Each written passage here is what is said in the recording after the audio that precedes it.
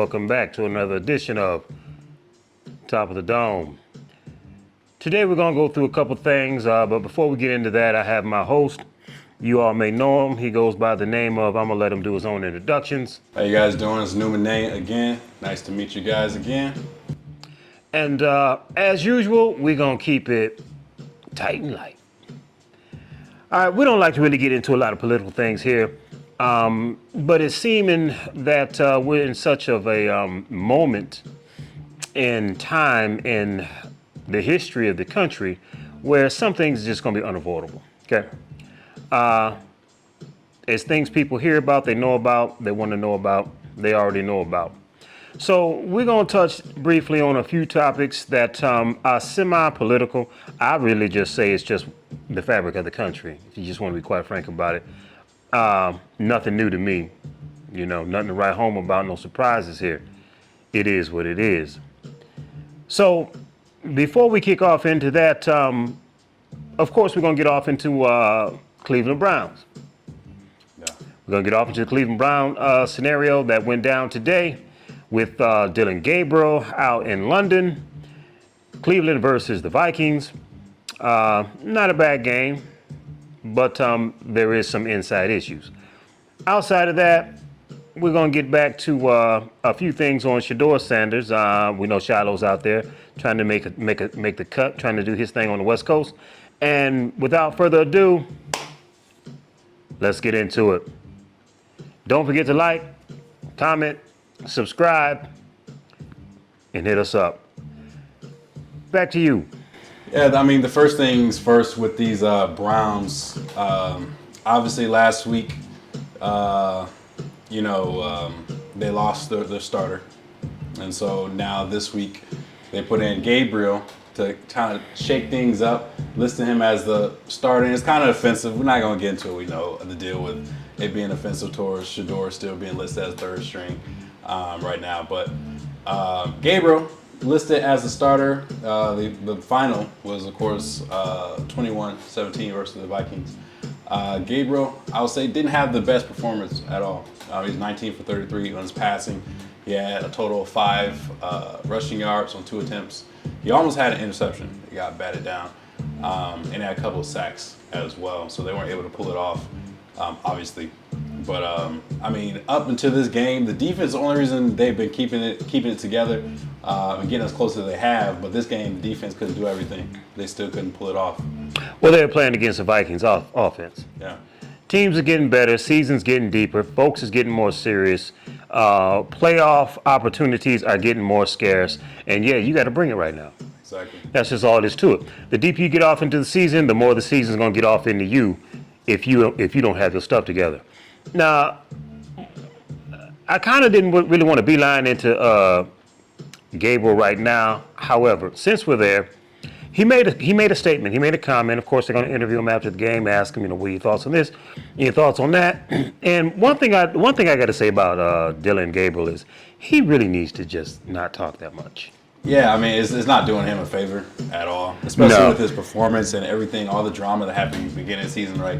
Only thing you can really do right now is prove yourself, and he hasn't done that yet. And so, obviously, the fans and everybody in the audience, everybody watching the situation already knows, like, he's not the right choice for the position right now.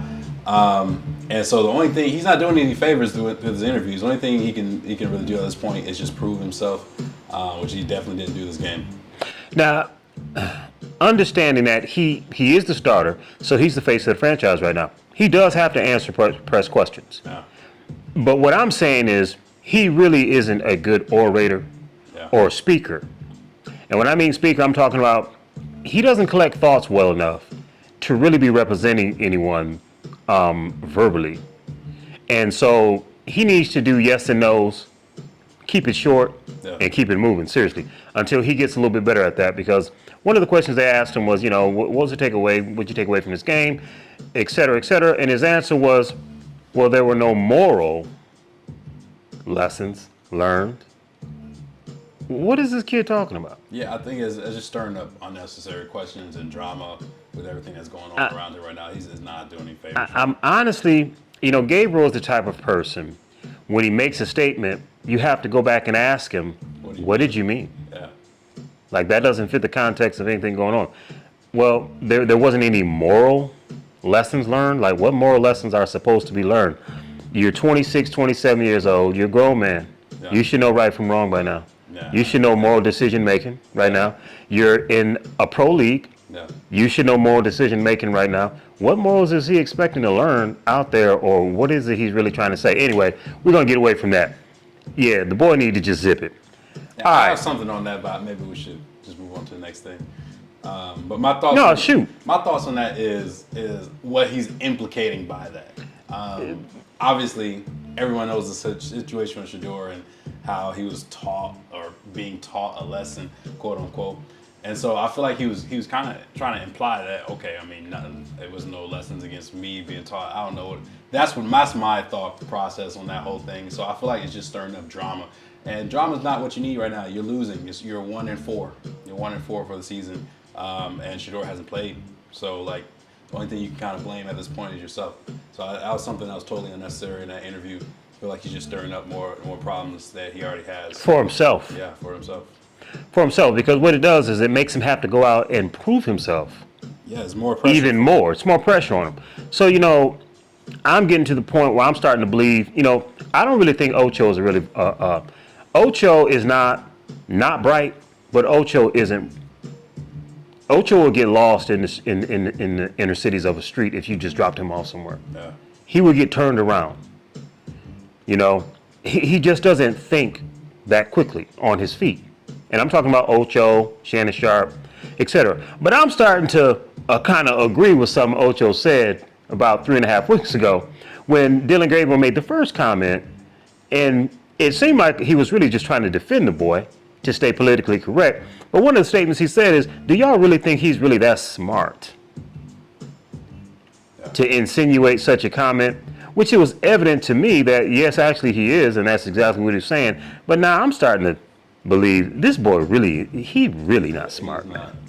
No, he's really, he's really not smart. I don't think he has the decision-making capabilities that are required for that position, at least to be a starter at the position. No. So, yeah. He can learn. He'll get better. But he definitely struggles intellectually when it comes to verbal discourse. Yeah. That's not his thing. So. And it's going back to it. He just added more pressure for himself because, I mean, he can barely handle pressure on the field. He got sacked like 4 or 5 times today. They were rushing him, so they kind of put him back into the pocket after he was being rushed. And even when he's in the pocket, in shotgun, he still is getting sacked. And so. Yeah. Okay, so let's speak to that. Because a lot of people are going to a lot of people are going to get a takeaway from this and say, well, actually, you know, he didn't play too bad. Well, the fact of the matter is, he didn't play at all. He might as well have been up in the booth on the PS3 or whatever it is that they play them games on and just controlling with joysticks while not actually verbally physically being out there. Because they set him back 9 out of 10 plays, 23 yards away from the offensive line. After the first quarter, he's already getting rushed the entire time, and then after the second quarter, during the second quarter when it started, they put him in shotgun, still getting rushed, couldn't make plays, making bad decisions. So yeah, but you're speaking of getting rushed. That's the game. Yeah, that's the Vikings defense. Now let's speak to the fact that the Vikings had 4, 5, 6 players, starters, hurt. Yeah. So I looked at that as an even Steven. An even swap will never be a swindle. That was an even game because Cleveland isn't that great. They have a freshman quarterback. Yeah.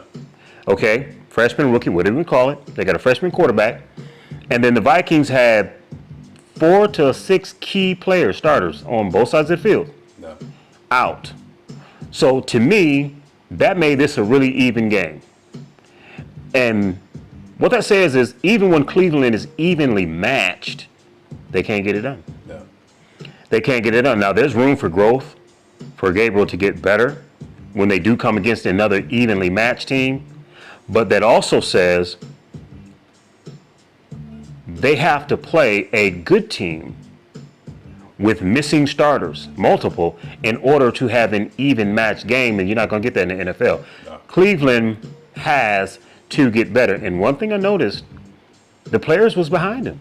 Yeah. They really gave an effort. Yeah, The players gave a valiant effort. I feel like the Cleveland as a whole, the team, it's like when you have talented people, because they do have a good defense. Like I said earlier, the defense is the only thing that's been saving them for the past couple games. That's one reason they won against Green Bay, is because of the defense and that blocked field goal. But I feel like the team as a whole wants to win, and they're just not on the same page with a few people who are key people in that franchise, coach for starters, and then secondly, the owner, and then thirdly, Dillion himself. I mean, they're behind him, but I feel like they're not gelling all the way, simply because of all the drama that's going on. And then obviously with that being paired with no results this entire season, it's not, tough. Yeah, it's tough. We're almost halfway through the season, so I know one. Hey, season about over. If they want to have any hope at even, at least forget the playoffs, because we know they're not going to make playoffs. But like, if they want to have a hope at least not looking kind of crazy, especially after all the drama and stuff that happened in the preseason, they need to change something around real quick. Well, okay, so this is Kevin Stefanski's fault. Yeah. Because there's no camaraderie. It's too much drama. Yeah. It's too much girly drama going on with the quarterbacks that Kevin is responsible for. So the team's heart is torn. Yeah. They want to support Gabriel because they want to win. And then they look at the sabotage of Shador and say, how we a team? Yeah. How are we a team? And that's one thing I want to say as well. So we're not too far into this, but it got to the point with Shador being attacked by media, or no matter what he says. I know you saw this last week, to the point where he just shut up. He didn't say anything. That's the best thing to do. Yeah, because and the funny thing is, like, people know, like we see. You damned if you do with these people. Know You're damned if you don't. Exactly. And so he just got to the point where he says nothing, and people still saying, "Okay, why didn't he say nothing? That's not mature." I'm like, come on, why are they giving him full press interview like he's the starting quarterback? He hasn't seen the that field. part. He hasn't seen the field. They should be interviewing Gabriel. They should have been interviewing Rodgers. They still on him. It's like, okay, he's third. I'm gonna tell you what why. Third string quarterback gets this much attention if he wasn't that good. If he wasn't that good. So let's get back to Gabriel's play. All right, so let me just point out a few things for y'all out there. And Mayberry, who can't see it any other way. Because Gabriel's going to be good to you regardless. As you would say, Shador's going to be good to black folk regardless. Now, so we call it how it is. Now, he stayed in shotgun because he could not handle the pressure of an offensive line, a decent offensive line that actually was missing 4 of their starters. That's going to happen every game with any good team. So he's got to be in shotgun formation. He never threw a pass over 12 yards, and the majority of his passes were 5 to 7 yards. Same thing I said when they played the second two preseason games. This boy can't throw. No. He cannot throw. They're trying to do everything in their power to protect him, to make it look like Stefanski is made the right choice in decision, to the point where it's handicapping the entire team, because you can't listen, when you go into war, when you go into battle with a real warrior, you can't hold back to play it safe. That's your biggest mistake. This opponent is a warrior. You can't shield and shelter yourself to play it safe. And they're shielding and sheltering him with stay back in the pocket, short throws, and handoffs. The dude was even handing off the ball way back in a 12-yard shotgun. I'm like, okay, so now you have your running back 50 feet from the line of scrimmage, and he's supposed to pick up 10. So what is he that good? Nothing about this is gonna last. No, I think nothing about this is gonna last. I feel like they have one more game before they It's start over. seeing empty stadiums and a lot of protesting of their franchise. So yeah, I feel like they have one more game with Gabriel before that starts happening. Yeah, they failed. And here's the thing. I'm not saying they failed because they have not played Shador. Surprise. I personally don't want Shador to play at all this year. past game 3. I don't want Shador on that field. I don't want him working for another white man doing what he wants to have done when he ostracized him from doing it for another white man. Yeah, I said it. I want Shador to sit down, watch film, practice, and cruise control, Shador. Cruise control. Let this season twain on out. Because the fact of the matter is, let me give y'all, I know some Cleveland fans might not agree with this, but it is what it is. Let me give you some wisdom here. At the end of the day, Shador is how old? 22, 23, something. He's making nearly $5 million for 4 years, $1.25 million a year, to stay in shape, be healthy, learn the game, and sit in the air conditioner, take free first class, get off and sign autographs and say, yeah, I'm here. Yeah. Now, for all them people out there in Caveland who want to say, no, he's a third string. Yeah, okay. Here's the deal. I understand Stefanski did not pick him. The black GM picked him. So we can't be mad at Stefanski. He wanted Gabriel.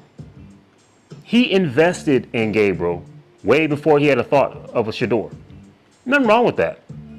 But when it gets to the point of ill treatment, that's a whole nother story. And he's already proven when he went and did the, we're going to go to Gabriel and then we're going to make Flacco second string. Yeah. That was it. That was it right there. It's like this dude he's childish. He's taking this stuff personally. Yeah. And so at this point, Shador, you don't want to play for them. Trust me. And it ain't the land. Quit representing them. Quit trying to be politically correct. Quit trying to be invested in the team. Listen, man, Cleveland players, they're not going to be offended, man. To kind of end this topic, what I predict is going to happen next season is I feel like Stefanski's going to be gone. Flacco's going to retire. Bring Deshaun Watson. Flacco retired the first 2 games. Yeah. They're going to bring Deshaun Watson in next year, and it's going to be Deshaun Watson and Shador playing next year with a new coach. I feel like that's what's going to happen. Let's get to this smoke, okay?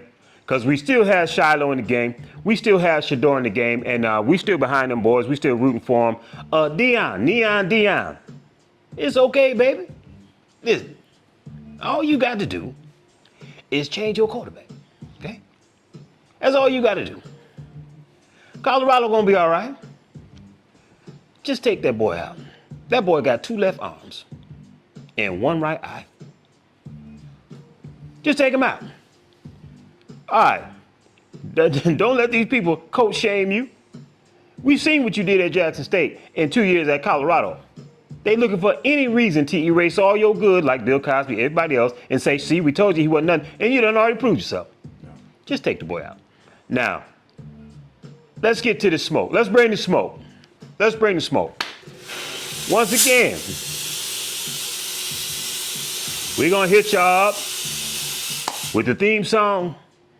This theme song was made for them Sanders boys. Yeah. As a matter of fact, this was made, I don't know, we heard it 2-3 months ago, I guess. Yeah, at least 2 months ago, 2.5.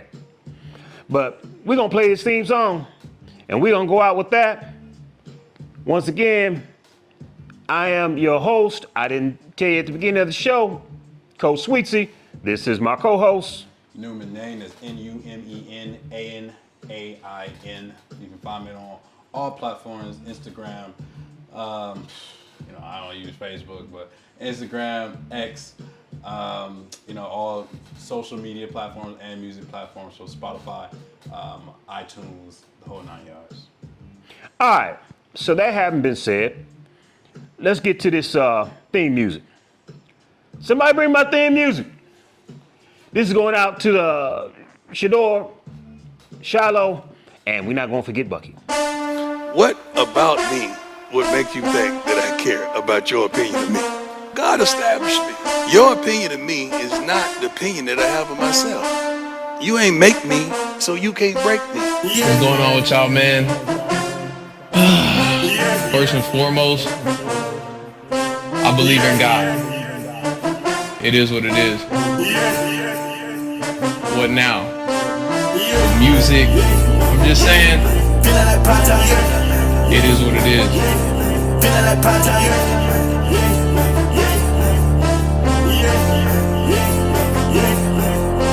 I live the greatest. I pay my tithes, a journey to make it, you better move, knee lady. 100 racks in my jeans, I break it up at the mall, money segregated. I am the community, I just moved up like a number, communities get it. Like a number, community get it, you better, they feeling like I'm made alive for you. I'm changing lives and the whole time, whole hood ride for me. Pray for deliverance and for inner peace where I arrive for you. I'm arriving, I'm a sign for you. I'm arriving. Coming through straight out the A, I'm feeling historical legacy tagged to my name. I'm walking this life ain't in vain. Walking legend, born a legend is cold. Running real deep in my DNA. Black Messiah, Messiah is perfect for gold. I never sold out for the fame. Maybe you tripping, no burn. My vision keep all of the dirt on my name. Some want hope while others just seeking the glory. No work, that's touches the game. Too real for the beat, got good at cooking and hate it. I smoke it out right where they lay. Ball overseas and ballin' insane. Shout out to your dog, you good for the game. I'm in it, too raw for the trip in this grind. I carry his pain. Haters gon' never be me, and I'm built for the mission this time. It's mine on the stage. I'm betting your life for your mama. I hate it. Let's join, let's go and raising the stakes. 1-on-1, you and me. I won in the billion, too rare for this world of space. I lead the greatest. I pay my tithes, a journey to make it. You better move, knee lady. 100 racks in my jeans. I break it up at the mall, money segregated. I am the community. I just moved up like a number, communities get it. Like a number, community get it. You better, they feeling like I lead the greatest. I pay my tithes, a journey to make it. You better move, knee lady. 100 racks in my jeans. I break it up at the mall, money segregated. I am the community, I just moved up like a number, communities get it.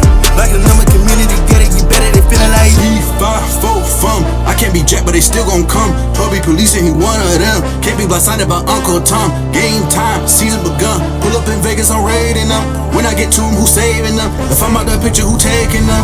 144 to 1 with a brand new jack. The flow to 1, and the shit get hot, it's scolding them. Give them 18 weeks, the cold will come. Back to the press now, I'm Iron Man, not creasing, folding them. Straight to the chest now, positioning, they never holding on. They try to play, it's never gonna change for fame and how you run the game with. We made it, normal timing. Black diamonds and shining, they blinding you, been segregated. They pay respect to me, they could've checked to me, never was pressing me. I know they hate it, never just good. Since days in the hood, you should know we been the greatest. I pay my tithes, a journey to make it. You better move, knee lady. 100 racks in my jeans, I break it up at the mall, money segregated. I am the community, I just moved up like a number, communities get it. Like a number, community get it. You better, they feeling like I lead the greatest. I pay my tithes, a journey to make it. You better move, knee lady. 100 racks in my jeans, I break it up at the mall, money segregated. I am the community, I just moved up like a number, communities get it. Like a number, community get it. You better, they feeling like it.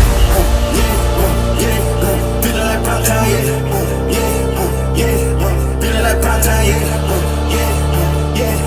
Feeling like prime time, yeah. Feeling like prime time. I'm made alive for you. I'm changing lives and the whole time, whole hood ride for me. Pray for deliverance and for inner peace where I arrive for you. I'm arriving, I'm a sign for you. I'm arriving.